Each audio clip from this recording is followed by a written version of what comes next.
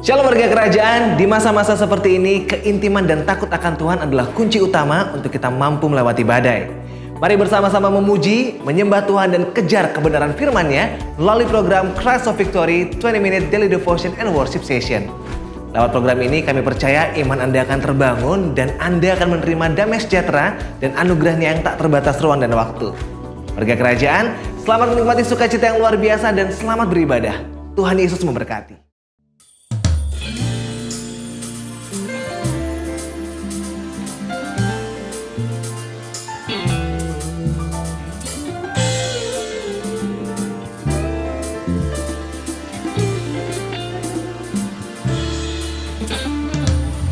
Takkan ku izinkan ketakutan, karena imanku pada Yesus Tuhan.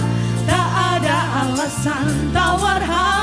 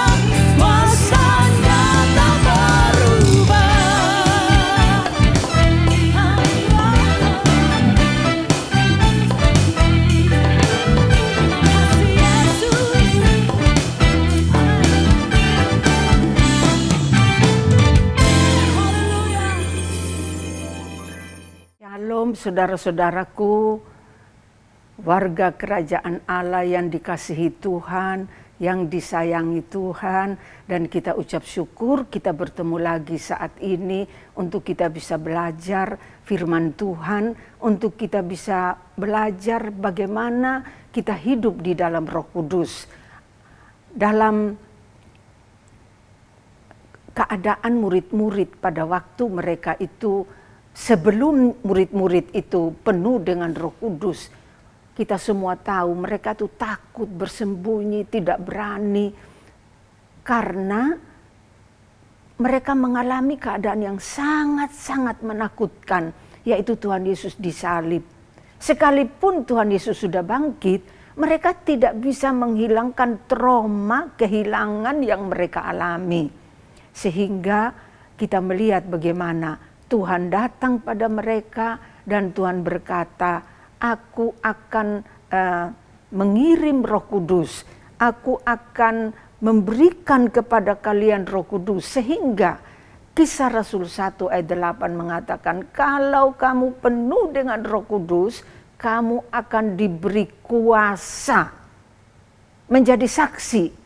Nah, ini yang kita mau belajar sama-sama. Diberi kuasa untuk menjadi saksi. Dan kita melihat saudara, apa yang mereka alami. Dari penakut, tidak berani, bersembunyi, urapan Roh Kudus itu begitu hebat dan kuat dalam kehidupan mereka. Sehingga mereka lalu jadi berani. Mereka berubah 180 derajat.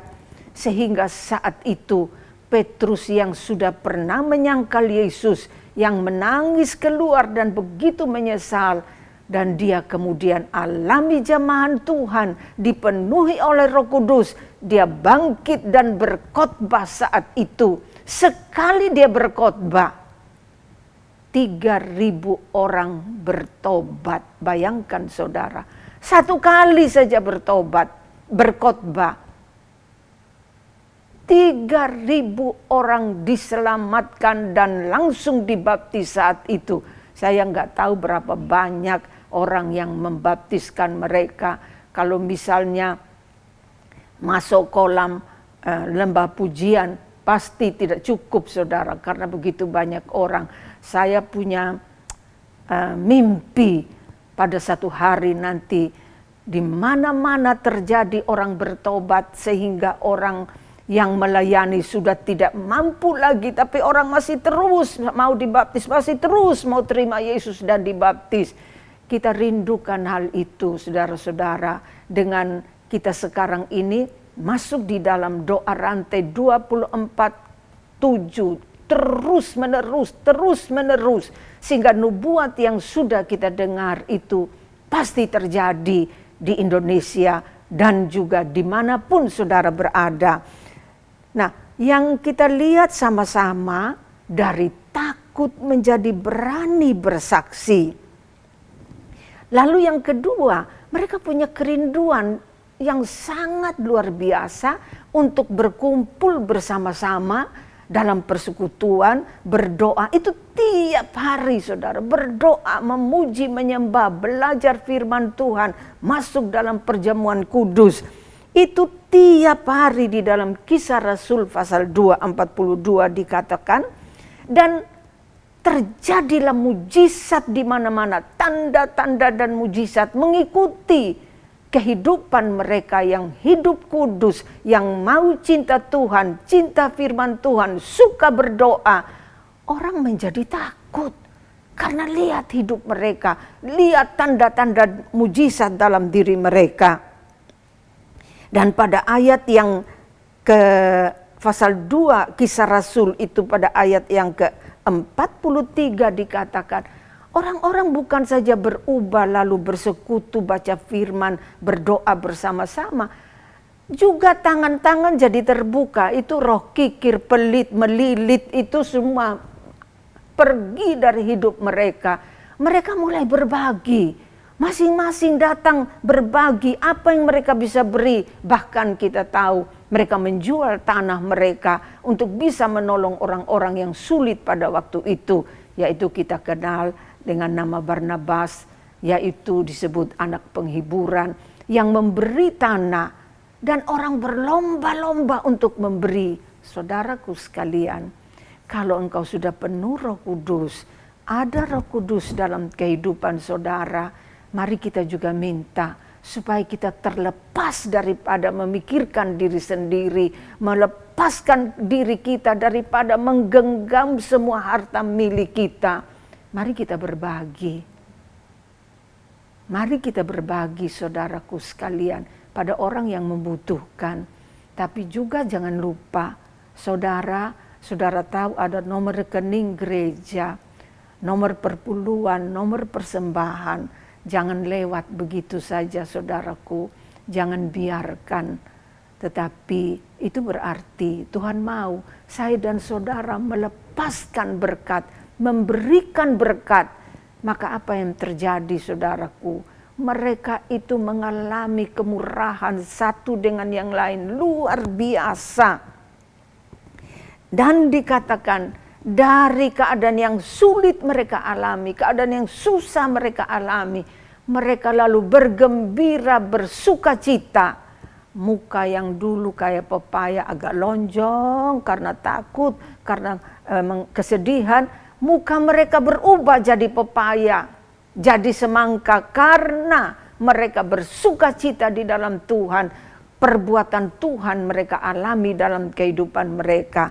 Dari persekutuan ini, dari mereka suka memberi, dari mereka bersukacita di dalam Tuhan, orang-orang kemudian berbondong-bondong datang percaya kepada Yesus.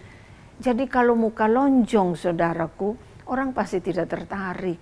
Tapi orang bersukacita dan orang yang melihat sekeliling dan mengulurkan tangan dan mau berbagi pada orang lain, saudara, kita lihat, maka orang kemudian tertarik datang kepada Yesus.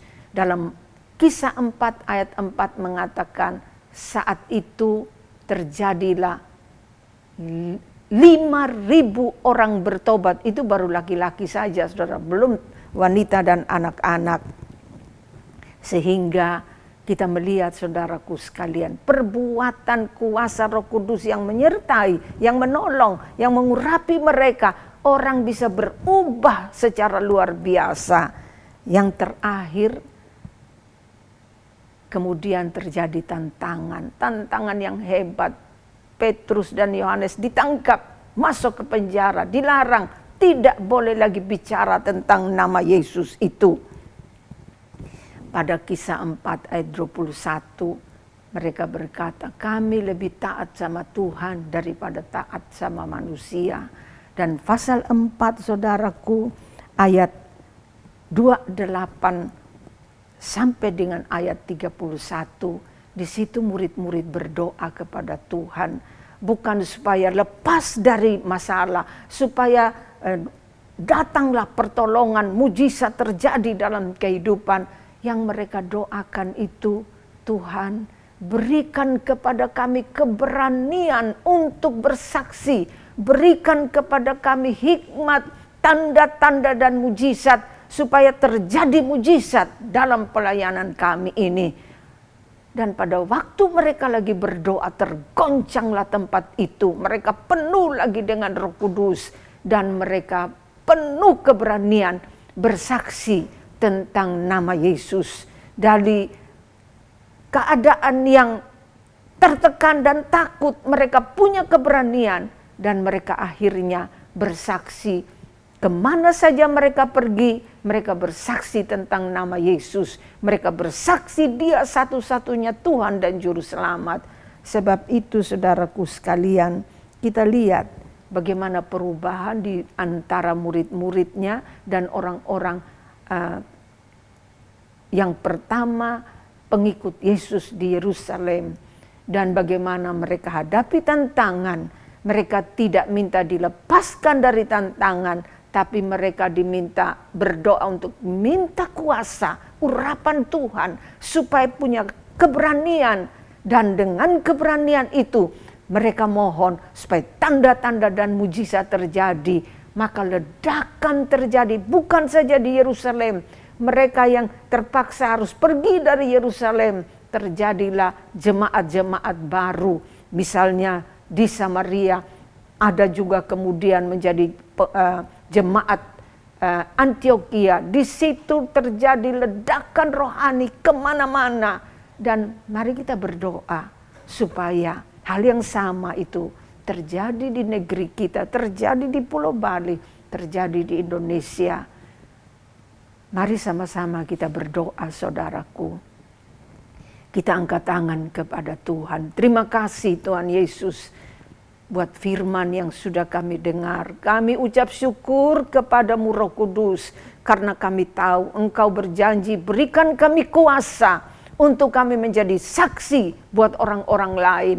Kami minta kepadamu, urapi kami dengan kuasa-Mu Tuhan, supaya kami berubah, supaya kami merindukan persekutuan dengan Engkau, supaya kami menginginkan sungguh-sungguh firman Tuhan terjadi di dalam kehidupan kami. Kami bukan saja dengar, bukan saja belajar, kami mau lakukan firman-Mu di dalam kehidupan kami. Dan kami ucap syukur kepadamu. Tolonglah kami Roh Kudus, berikan kepada kami kemampuan supaya kami terlepas dari kikir, memikirkan diri sendiri, punya hati yang mau berbagi dengan orang lain, punya hati yang mau menolong orang lain, tapi punya hati untuk juga memberi kepada gereja, supaya pelayanan-pelayanan di gereja, hamba-hamba Tuhan ini ditopang, karena kami mau melakukan sesuatu seperti jemaat mula-mula. Terima kasih Tuhan. Kalaupun dengan tantangan-tantangan yang ada kami alami hari-hari ini, biar kami tidak putus asa, biar kami tidak menjadi gentar, biar kami tidak lalu kemudian menyerah. Di dalam nama Tuhan Yesus kami katakan saat ini, semua kelemahan, semua ketakutan, semua kekhawatiran, saya perintahkan pergi keluar dari kehidupan saudara-saudara kami semua. Di dalam nama Yesus yang berkuasa, kami percaya Tuhan, Kau beri keberanian, Kau beri urapan, Kau beri kuasa, sehingga hidup mereka membawa dampak buat keadaan sekeliling mereka. Mereka menjadi dipenuhi Roh Kudus, tanda-tanda dan mujizat terjadi. Orang sakit disembuhkan, orang lapar diberi makan, penuh dengan karunia-karunia, sehingga kami melihat orang menjadi takut, orang menjadi tertarik, lalu orang datang kepada Yesus Tuhan Juru Selamat. Terima kasih Roh Kudus, kami percaya Engkau masih bekerja saat ini dan masih terus bekerja di rumah-rumah saat ini. Di dalam nama Tuhan Yesus kami sudah berdoa. Haleluya. Amin. Bila Roh Allah ada di dalamku, ku kan menari seperti Daud menari. Bila Roh Allah ada di dalamku, ku kan menari seperti Daud menari. Ku kan menari, ku kan menari, ku kan menari seperti Daud menari. Ku kan menari, ku kan menari, ku kan menari seperti Daud menari. Bila Roh Allah ada di dalamku, ku kan menari seperti Daud menari. Bila Roh Allah ada di dalamku, ku kan menari seperti Daud menari. Ku kan menari, ku kan menari, ku kan menari seperti Daud menari. Ku kan menari, ku kan menari, ku kan menari seperti Daud menari. Ku kan menari, ku kan menari, ku kan menari seperti Daud menari. Ku kan menari, ku kan menari, ku kan menari seperti Daud menari. Bila Roh Allah ada di dalamku, ku kan menari seperti